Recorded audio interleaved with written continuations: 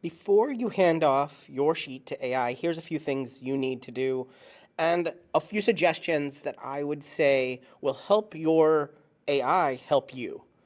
And they will not take very long. So here we have a table, it's just some sales data, we have some months, and I just want to say the very first thing you should do, which I think actually helps me with sheets as well, is if I have any sort of helper information, summarization, anything else other than this table, just move it to another tab. Let's say I did move this to another tab. This is just like a sum if. I can move January, February, and it'll tell me the sums here of that month.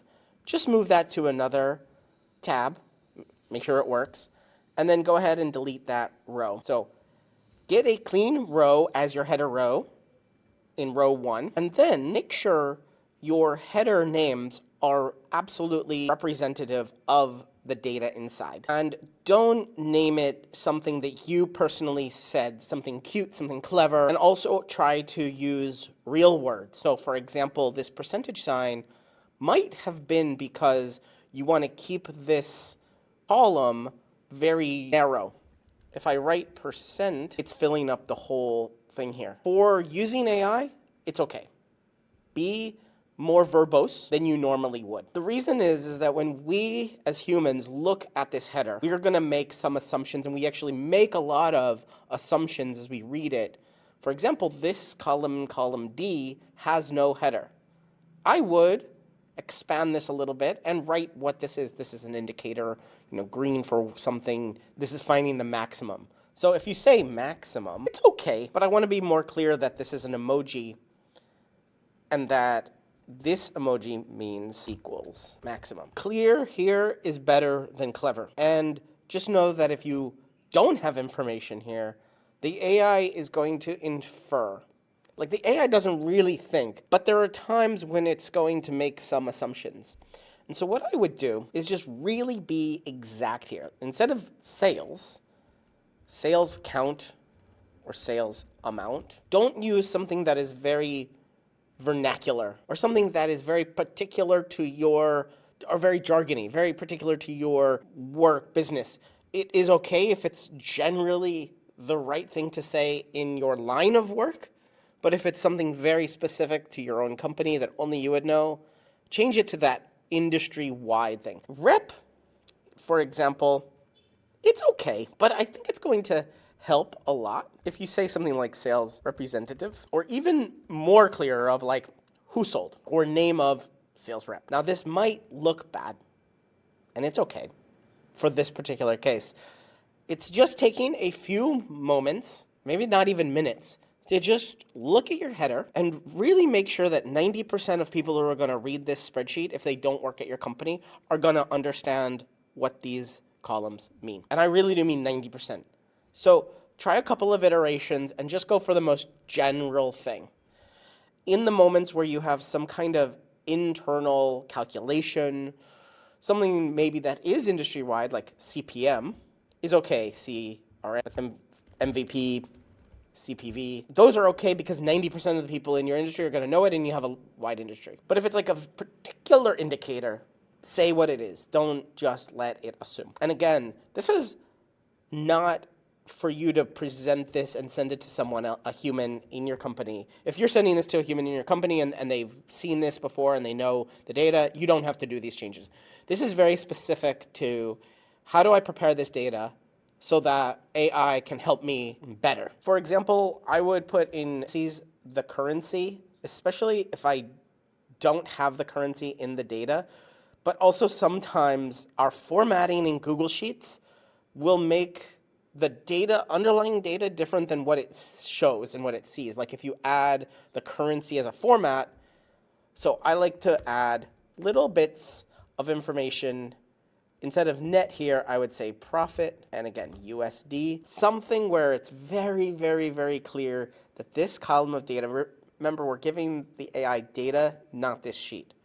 Now, here's another thing that I would do, and I think it's actually really important to know that in the future, this distinction is going to be very different. What I'm about to say here is my own personal choice, and I'm going to try to give you the best recommendation possible at this moment in time. However, in the future, file format may not be of importance, but I'm going to share with you some ideas around file format. So we go to File and download either a CSV or a PDF. Now, in my little experience with this, I have tried to give CSVs as much as possible. My theory behind that was that data is good. Now, it's getting a little bit grayer. It's not actually becoming even easier. So I would say actually in some cases a PDF is going to be better or the same. And why I would say 50-50 right now, because previously I said, okay, let's just download a CSV, especially because the download process is faster here. So if I am on the sheet that I'm on, when I go to File, Download a CSV, it's going to download exactly that tab and only that tab. The file name is going to be the tab name and the sheet name. When I do File, Download PDF, I'm going to have some kind of thing to go through. And sometimes I don't really want to do this. If I'm getting AI to help me, I want to get to that process faster. So in the past, 100% of the time, I was doing download CSV. Now, I'm doing 50-50 CSV and PDF, and I do believe there is a benefit to PDF, and in the future we'll actually be doing PDF much more. And that's because AI is knowing more and more. The more AI develops and the further we get into more and more different models, it is actually understanding these kinds of indicators. It actually is understanding formats much more. And so a CSV is going to give you the underlying data. Let's look at that CSV. And it does give us this emoji. It gives us the percentage, dollar signs over here. Great. And a PDF is going to have a couple more things.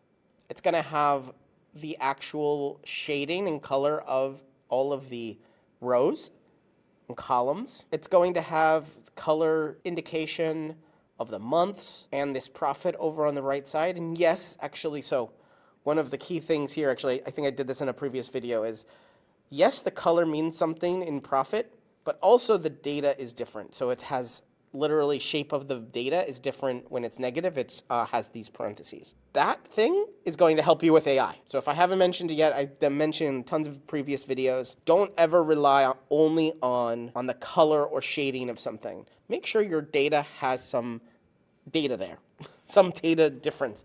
If it's the maximum is colored, like this row is colored for the maximum, this indicator that it's different than all these, this is data. This is real data that shows, okay, this emoji is different than this emoji, the character is different, and even say maximum.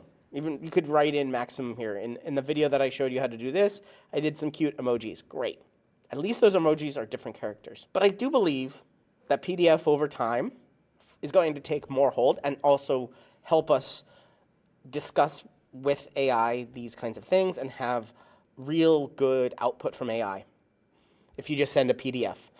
And the cute thing about that is that you don't have to do so much work in preparing this data, which I think is actually beneficial to us as work. We may not want to change the shape of data. We might not want to prepare data for AI. We want to say, okay, this is what I'm working on now. This is how it is, and this is what it looks like. Help me, please.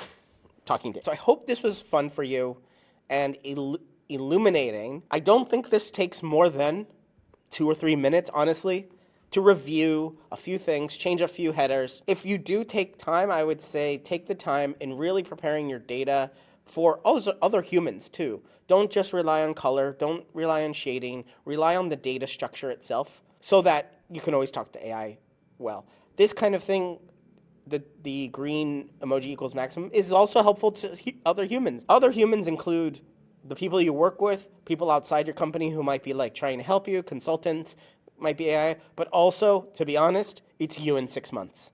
Help yourself in 6 months when you're not checking this every day and you're like, okay, I need to check the sheet now. It's been 6 months. Oh, what does this mean? What does this green dot mean? Oh, here it is. 6 months from now, I'm not sure if I'm going to remember that yellow and green, what they mean. Also, the last thing I would say is that please understand that preparing data for really mean preparing it for only a machine. It means preparing it for 90% of the world. Like people who generally can discuss these things and understand them. Think of them. Think of that person who's like, okay, I know a bit, I know a little bit, of this thing that you're doing. Talk to me like I don't know deep down exactly what you're doing. So I think that's very important to think. We're not preparing this just for a machine. You're watching Better Sheets here on YouTube. Make sure you check out this video or this video and subscribe right now to get more tips, tricks, how-tos, get more out of your Google Sheets than you ever have before. I'm excited to be making a ton more videos here. Ask me questions down in the comments and I will answer them in future videos. But for right now, right here, one of these videos is going to be your next Google Sheet.